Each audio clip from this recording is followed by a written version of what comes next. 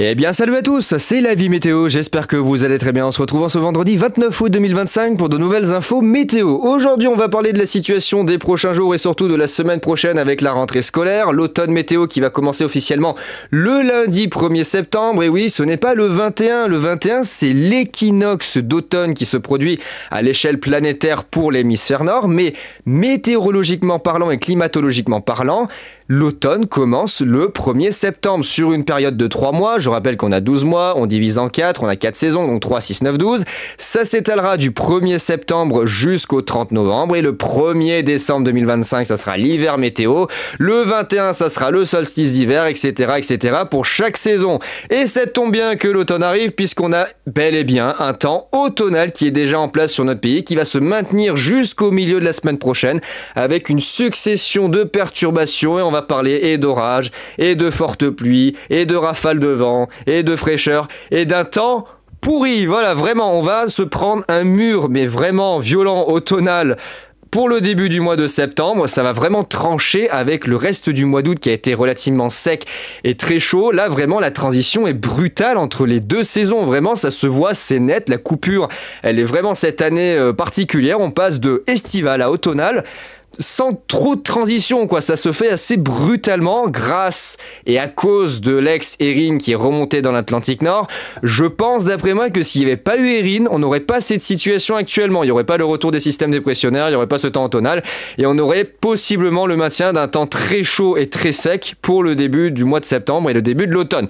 Voilà, donc déjà ça a donné des orages violents mercredi sur l'Auvergne, la région Bourgogne-Franche-Comté, jeudi du côté de la région PACA, mais surtout la Corse hier soir qui a essuyé un nouveau dérêt de chaud, heureusement moins intense que celui du 18 août 2022 qui avait été une grosse catastrophe et une tragédie du côté de l'île, avec des rafales de vent aux 180 et 225 km/h. Météo France en était pris plein la tronche parce qu'ils n'avaient absolument pas anticipé le phénomène et ils n'avaient pas lancé d'alerte alors que c'était en train de s'approcher de l'île. Ça vraiment ça leur avait valu des critiques, mais alors vraiment vives, et je comprends parce que pour le coup là ils ont fait vraiment une grosse erreur et ça aurait pu être évité. Là ils ont quand même anticipé, ils ont très bien fait. Rome a bien vu le coup et ça a soufflé entre 140 et 160 km/h sur l'ouest et le nord de l'île. 140 à la Parata d'Ajaccio, 138 à Calvi, 159 à l'île Rouge je crois, 158 au Cap Corse. Donc des orages qui sont de plus en plus violents du côté de la Méditerranée à mesure qu'on avance dans les années. Ça traduit aussi le climat qui change et la hausse de la température au niveau de la mer. Et du coup ça alimente de plus en plus ces systèmes orageux qui deviennent au fur et à mesure du temps et des années de plus en plus violents. Cette situation va se poursuivre, en tout cas très agitée sur notre pays pour les prochains jours. On va regarder ici ce qui va se passer notamment dimanche avec une nouvelle dépression très active qui va se creuser vers les îles britanniques. Ça va nous envoyer le cas classique, front chaud, front froid. Front froid qui s'attardera dans la nuit de dimanche à lundi près de la vallée du Rhône, et la semaine prochaine, on y reviendra un peu plus tard, mais possiblement une dépression un petit peu plus active qui pourrait tangenter la Bretagne et donner peut-être un coup de vent sur la pointe du Finistère. On verra. Pour l'instant, c'est pas encore confirmé, mais c'est à surveiller. Ce vendredi, vous avez déjà une nouvelle perturbation. Vraiment, on enchaîne là en l'espace de 3 jours les systèmes dépressionnaires. Ça traverse le pays. C'est actuellement en train de passer ici entre les abords de la région toulousaine, le Limousin, le Massif central, la région centre, l'Île-de-France, la Normandie. Ça aura traversé le pays d'ici le milieu d'après-midi, la fin d'après-midi, ça sera parti en direction de l'Est. Derrière, le ciel de traîne qui va arriver. Bon, il n'y a rien de bien mirobolant à dire, des averses, des orages, du vent, et le truc classique. Vraiment le grand truc classique de l'automne pour cette fin de mois d'août. Vraiment les tout derniers jours d'août avant que la rentrée scolaire et l'automne arrivent la semaine prochaine. Et c'est déjà un petit peu en avance pour cette année. Si on va voir du côté du modèle ICON, je vais vous mettre ici le paramètre des vapeurs d'eau à 3000 mètres pour vous montrer ce qui va se passer. C'est pas terminé, il va y avoir tellement de choses à dire, il va falloir vraiment séparer les périodes pour arriver à tout couvrir, parce que là déjà il va y avoir dimanche, puis il va y avoir mardi, puis certains modèles projettent encore d'autres possibilités sur la fin de la semaine prochaine. Pas tous, ça sera confirmé ultérieurement, mais peut-être d'autres systèmes qui pourraient nous arriver d'ici le week-end prochain. Ça va commencer à faire beaucoup d'un coup. Là, vraiment, ça tranche avec le mois d'août où il s'est pas passé grand-chose, quelques orages de ci, de là, et puis là, d'un coup, ça y est, la fin du mois d'août avec l'ex-Erin qui vient se loger dans l'Atlantique Nord, ça a complètement explosé le dynamisme atmosphérique. On se retrouve avec 3 tonnes de flotte, 3 tonnes de dépression, et même possiblement dans les prochaines 24 heures, une tempête du côté des îles britanniques, notamment vers l'Irlande. Voilà, donc ici, on regarde ici, voilà, avec les vapeurs d'eau à 3000 mètres. Ce système qui va se creuser en direction de l'Irlande qui pourrait donner une tempête pour demain samedi. Nous, on va avoir, regardez, le samedi matin, le front chaud qui va arriver du côté de la Bretagne, le front froid juste à l'arrière qui traversera une bonne partie du pays, mais qui va s'attarder et se réactiver dans la nuit de dimanche à lundi entre le sud-ouest et le sud-est. C'est là qu'il va falloir surveiller la situation, puisqu'il va y avoir de l'humidité qui va remonter par la Méditerranée, il va y avoir de l'air doux, il va y avoir de l'instabilité, et tout ceci va former un front pluvieux orageux qui mettra du temps à progresser entre le sud-ouest et le sud-est, et qui s'attardera surtout dans la vallée du Rhône dans la nuit de dimanche à lundi, avec de fortes pluies et d'importants cumuls. On le verra juste après. Donc notre système, il part en direction des îles britanniques, peut-être une tempête d'ailleurs sur les côtes irlandaises, ça sera à confirmer. Nous, on a le front chaud et le front froid qui passent dans la fin de journée de samedi, surtout dans la nuit de samedi à dimanche. Mais regardez ce qui va se passer au sud. Il y a une partie du front qui va se décaler en direction des Pays-Bas, de la Belgique et de l'Allemagne. Et juste au sud, il y a une partie qui va venir se réactiver, puisque regardez, on a un immense flux de secteur nord-ouest qui plonge jusqu'à l'Espagne et au Portugal, qui vient de nouveau dynamiser la zone entre l'Espagne et le sud-ouest de la France. Et le front froid ici, il va pas se décaler vers la Méditerranée, il va être réactivé par un nouvel apport en flux de secteur sud via la Méditerranée. Ça va refaire une zone de convergence dans cet axe-là, notamment entre l'Espagne et la France. Et plus particulièrement dans la fin d'après-midi, la soirée, la nuit de dimanche à lundi, il va y avoir un axe pluvieux orageux très intense qui va se mettre en place sur l'Aquitaine, l'Occitanie et surtout sur la vallée du Rhône et la région PACA. Entre la basse vallée du Rhône et la moyenne vallée du Rhône, il va beaucoup pleuvoir dans la nuit de dimanche à lundi, ça sera à surveiller. Donc très vaste système dépressionnaire pour le dimanche 31 sur l'Atlantique Nord, ici notamment au nord de l'Irlande. Ça sera très actif. Derrière se prépare, regardez ici au large de Terre-Neuve, la nouvelle dépression de mardi dont il va falloir surveiller l'intensité puisque là ça pourrait plus nous concerner nous, avec possiblement un coup de vent du côté de la Bretagne. Et puis ensuite, et ben voilà, regardez, c'est pas terminé. Donc là, on a les fortes pluies, on va voir juste après du côté de la vallée du Rhône dans la nuit de dimanche à lundi. Le nouveau système qui se prépare du côté de l'Atlantique pour le mardi, qui arrivera mercredi, jeudi. Il faudra voir un petit peu le timing, ça changera sûrement d'ici là. On voit d'ailleurs le jet stream qui rentre en plein dedans et qui vient creuser les nouveaux systèmes. Et là, regardez. La petite mésodépression qui se creuse. Regardez ce petit escargot magnifique qui se forme sur la façade atlantique, le jet stream qui rentre dedans. Et là, voilà, il va falloir surveiller ce petit truc parce que ce petit truc pourrait directement venir s'écraser le mercredi matin. Alors au niveau du timing, ça change un petit peu. Ouais, sur les dernières prévisions, c'était plutôt vers 5h, puis là, il va plutôt vers 8h. Mais là, regardez, ça, c'est le début d'une signature tempétueuse. C'est pas confirmé, mais il y a possiblement un événement venteux intense qui se prépare pour le mercredi matin en lien avec le jet stream ici qui plonge dans le système et qui vient réalimenter la rotation, avec peut-être une dépression plus creuse que les précédentes et surtout beaucoup plus proche de nous. Donc ça pourrait surtout concerner la pointe bretonne avec un événement venteux le mercredi matin. On a une dépression quasi explosive qui tente de se faire. Vous voyez, regardez, on a le creusement vraiment très rapide du système le mercredi, dans la nuit du mardi au mercredi, avec le renforcement du vent et le resserrement des gradients de pression. Ça sera surveillé. Cette même dépression redonnera à nouveau une dégradation pluvio-orageuse entre le sud-ouest et le sud-est et ça se réattardera encore une fois du côté de la vallée du Rhône et ça donnera de fortes pluies, des orages et des accumulations importantes. Il faudra en reparler plus tard parce que là ça fait trop de choses en même temps. Il y a dimanche, il y a mardi, puis peut-être que c'est pas fini puisque regardez sur les projections d'ICON, on a une nouvelle dépression qui approcherait pour le week-end d'après. Vraiment là l'Atlantique Nord est en ébullition totale. Il y a trop de dépression, trop de bordel, trop de pluie. Ça va être absolument infernal. Alors je veux juste voir les nouvelles prévisions des rafales de vent là sur le modèle ICON parce qu'il commence à vraiment creuser la dépression de mercredi. Ça m'inquiète un peu ça. Bon, déjà du vent fort pour le mardi. Et là, le mercredi, le mercredi matin, regardez cette petite zone au sud du cadran. On voit très bien la petite zone ici au sud du cadran. Ça sent le coup de vent. Ça sent le coup de vent pour le mercredi matin sur la façade atlantique. Au niveau du timing et de l'intensité, on verra bien ce qu'il en sera d'ici les prochaines modélisations du début de la semaine prochaine, mais je sens qu'il va se passer quelque chose vis-à-vis de cette dépression. Elle se creuse très rapidement. Sur les dernières échéances, elle se creuse quand même assez rapidement. Elle provient d'assez loin, donc le jet stream va avoir le temps d'interagir avec le système. Et là, on voit, regardez, magnifique, on voit l'enroulement de la dépression avec, on voit en fait tout simplement l'intrusion du jet stream à l'intérieur, le flux de nord-ouest instable et plus frais qui arrive ici par l'Atlantique, qui rentre dans le système. Et on a le cas classique, vraiment le cas classique du creusement de la dépression. Vraiment début d'automne, waouh! assez particulier. Là, au niveau du jet, on est à quelle intensité? Parce que le jet est en train de s'énerver, là. On est qu'au début de l'automne, calme-toi, ça va bien se passer. Putain, l'autre, il est déjà vénère, regardez-moi ça, comment il est excité, là. Oh, on est au début de l'automne, tu te calmes? Qu'est-ce que ça va être entre novembre et décembre, là, ou même octobre? Vous voyez, la petite branche de jet, et voilà, on a la courbure, hein, avec le système qui se creuse. Ouh là là là, va falloir surveiller. Hein. Va falloir vraiment surveiller la situation de mercredi vis-à-vis de cette toute petite dépression qui va, je pense, nous donner du fil à retordre concernant les prévisions. Les modèles vont avoir beaucoup de mal à anticiper et à prévoir sa trajectoire, ne serait-ce que son intensité va être complètement aléatoire parce que c'est un tout petit système, mais qui vient directement se loger ici dans une branche de jet dynamique. Donc potentiellement, ça peut venir changer la donne. On verra bien ce qu'il en sera. Côté accumulation de précipitations, bah voilà, déjà la vallée du Rhône et les Alpes pour le week-end, hein, notamment dimanche, avec d'importantes pluies orageuses qui vont concerner ici la région PACA et surtout la basse vallée du Rhône et les Alpes du Nord. Et là, regardez ce qu'ils prévoyaient, ne serait-ce que pour la semaine prochaine, avec à nouveau une salve pluvio-orageuse et des cumuls qui commencent à être très importants sur la moitié sud. On voit ici entre la façade atlantique et les Alpes, mais surtout ici entre la moyenne vallée du Rhône et les Alpes du Nord, avec quelques 150 à 300 mm localement. Du côté de l'Ardèche, là, ils commencent à signer avec des cumuls, voilà, hein, vraiment que moi. Il faut que ça aille mollo quoi, mollo sur les cumuls de pluie parce que ça va commencer à parler d'inondation alors que sur l'été on parlait de sécheresse et de canicule. T'as la transition, y a rien qui va. C'est quoi cette transition entre le mois d'août et le mois de septembre là? C'est quoi ça, sérieux? Putain Erin, t'as fait des conneries là sur l'Atlantique Nord.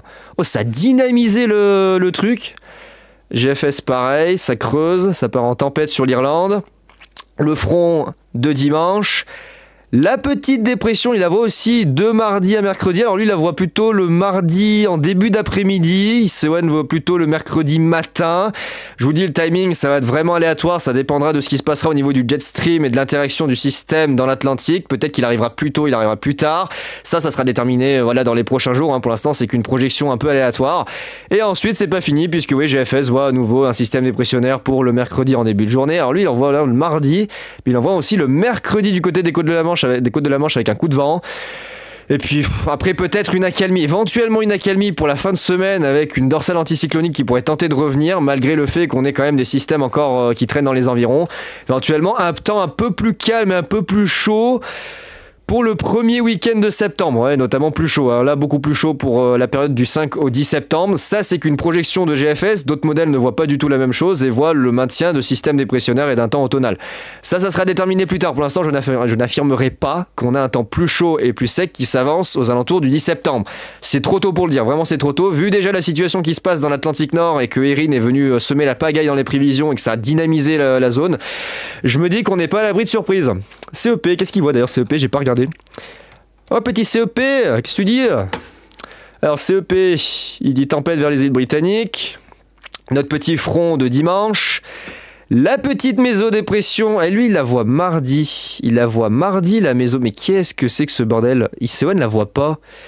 Mardi, petite mésodépression, voilà un satellite qui vient tourner autour du complexe dépressionnaire principal au nord des îles britanniques, qui passe sur les côtes de la Manche essentiellement, avec là un renforcement du vent, donc peut-être un petit événement venteux dès le mardi, et derrière, il y a un second événement venteux pour le mercredi. Moins intense, mais pareil, nouvelle dépression, à nouveau flux de sud-ouest, orage, forte pluie. Oh là là, c'est infernal. Oh là là, c'est infernal. Puis encore là, à nouveau front pluvio-orageux qui va certainement se constituer. Là, ça n'a rien à voir. Regardez, ça n'a rien à voir avec GFS. Lui, il maintient un temps très agité pour la période du 10 septembre avec à nouveau un flux de sud-ouest pluvio-orageux à souhait. Et encore, et encore. Et là, seulement à partir du 10-13, il voit possiblement le retour d'un flux de sud plus sec qui est un peu plus anticyclonique avec une hausse des températures. Ouh là là, ça va être compliqué. Pour la suite, ça va être compliqué, on en reparlera plus tard. Hein. Je pense qu'on va pas s'amuser à faire de la Madame Irma, à vouloir annoncer des trucs qui n'existeront peut-être jamais. On va déjà se concentrer sur ce qui va se passer ce week-end. Bon, déjà aujourd'hui, vaste perturbation qui va traverser le pays, voilà, avec de la pluie, des orages. Bon, il n'y a rien de mirobolant, je vais pas trop en parler. Le front, voilà, le front de dimanche qui va se constituer entre Poitou-Charentes, Aquitaine, Occitanie, Languedoc-Roussillon, Massif central, Bourgogne-Franche-Comté et surtout, regardez, dans la nuit, entre l'est du Massif central, la moyenne vallée du Rhône et le nord-est. Là, il va falloir surveiller la situation parce que ce sont de fortes pluies orageuses qui vont se mettre en place. Attention, cette modélisation n'est pas totalement vraie. Là où ça va être le plus actif par rapport à l'instabilité aux paramètres atmosphériques de zone de convergence, hein, notamment les vents de sud-est qui vont remonter ici par la Méditerranée et les vents d'ouest qui arriveront ici par le Massif central, c'est cette zone-là. C'est cette zone-là, notamment Ardèche, Drôme, Gare, Vaucluse et Bouches-du-Rhône où il y aura les orages les plus actifs et les pluies les plus fortes. Là, la modélisation de CEP, elle n'est pas totalement juste, je vous le dis. Là, c'est une modélisation un peu aléatoire, je trouve, de la situation de dimanche. Je vous le dis, de mon point de vue et par rapport aux connaissances sur la zone, c'est vraiment ici la moyenne vallée du Rhône et la basse vallée du Rhône qui essuieront les orages et les pluies les plus intenses. Vous allez avoir une zone de convergence classique entre vent de sud-est et vent de nord-ouest qui va se mettre en place et ça formera un front pluvieux orageux très intense dans la nuit du 31 au 1er. Et puis ensuite, nouvelle perturbation, regardez pour le 4 septembre et à nouveau de fortes pluies orageuses qui traverseront une bonne partie du pays. Voilà, il y en aura pour tout le monde de la pluie, mais surtout à nouveau surveillance entre l'Occitanie, le Massif central, le Languedoc-Roussillon, la basse vallée du Rhône, les Alpes, ça donnera même de la neige, hein. On commence à avoir de la neige qui apparaît. Vu que les températures commenceront légèrement à baisser, même si le flux de sud-ouest reste en place, il va tellement pleuvoir souvent que petit à petit les températures maximales vont commencer un peu à stagner, voire à baisser. Voilà. Ça partira en direction de la Suisse, puis nouvelle perturbation, et oh, rebelote le 9 septembre, nouveau front pluvieux orageux totalement aberrant dans la vallée du Rhône qui redonnera des tonnes et des tonnes de pluie. Oula, je vais regarder les accumulations. Oh là là, la Côte d'Azur, l'Italie. Oh, non mais ça va pas, qu'est-ce que c'est que ça là? C'est quoi les cumuls qu'ils voient? Oh là là, mais c'est sympa tout ça, noyade générale. Noyade générale sur le sud-est du pays, sur toute la façade est, entre entre les Cévennes, la vallée du Rhône, les Alpes, oh là, mais qu'est-ce que c'est que ça? Ah ouais d'accord, noyade générale, bon je vais sortir la barque, hein, parce que là, waouh.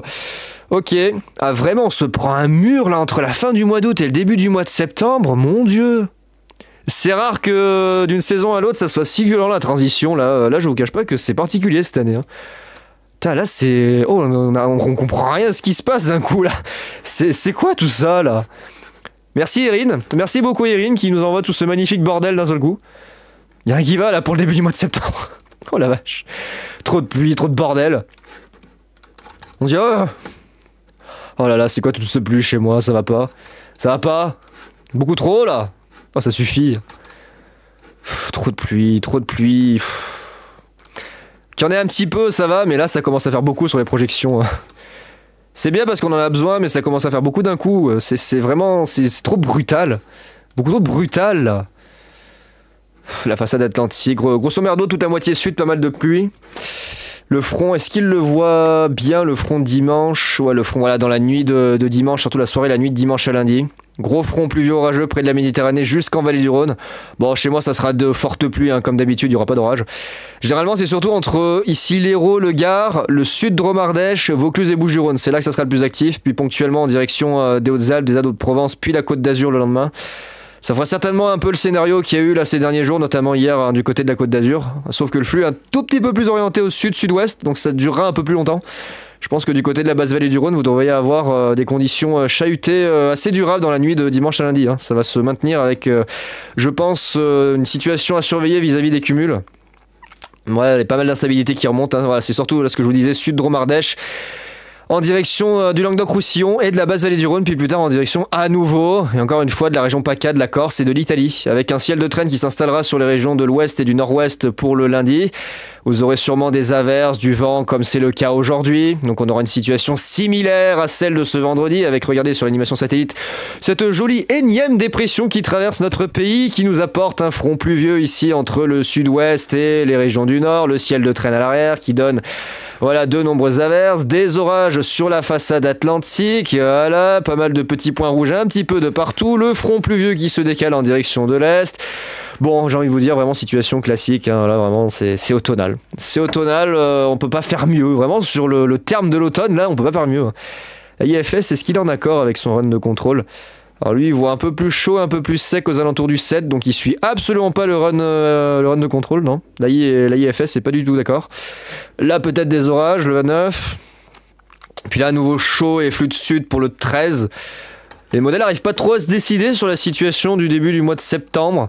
C'est aléatoire, faudra voir ultérieurement. Lui, il voit une petite dépression à 990 le 4 septembre. Flux de secteur sud, dégradation pluvio-orageuse. Puis à nouveau une dépression qui tente sa chance mais qui est repoussée par une cellule anticyclonique qui reprend naissance. Peut-être plus chaud aux alentours du 10. À voir si les prévisions se confirment. Peut-être un temps un petit peu plus chaud. C'est pas sûr et certain, mais certains modèles signent pour le retour d'un temps plus chaud et un peu plus sec. Pas pour lui. Lui, il voit même une dépression arriver par le nord-ouest. C'est quoi ce bordel là? Il voit une petite dépression, mésodépression très active pour le mardi 2, 8h. Puis une autre dépression pour le jeudi 4, 2h. Ouais, on a 2 mésodépressions, on a 2 satellites là pour la semaine prochaine, dont il va falloir surveiller le comportement et l'intensité. Les modèles vont sûrement avoir beaucoup de mal à les anticiper. On aura la réponse, je pense, au mieux début de la semaine prochaine sur l'arrivée de ces 2 satellites, si on en a un ou 2 d'ailleurs, parce que certains modèles n'en voient qu'un seul, notamment ICON. Oh là, il y a tellement de choses à dire, il y a tellement de choses à dire. C'est une horreur. Il y a tellement de choses à dire. Le satellite de mardi, ICON le voit plus au nord, en direction du sud de l'Irlande et de l'ouest des îles britanniques. C'est plus celui du mercredi matin qui voit un peu plus actif et plus au sud, avec le flux de secteur sud-ouest à l'avant. Ce bordel pour la semaine prochaine, oh là là, mon Dieu.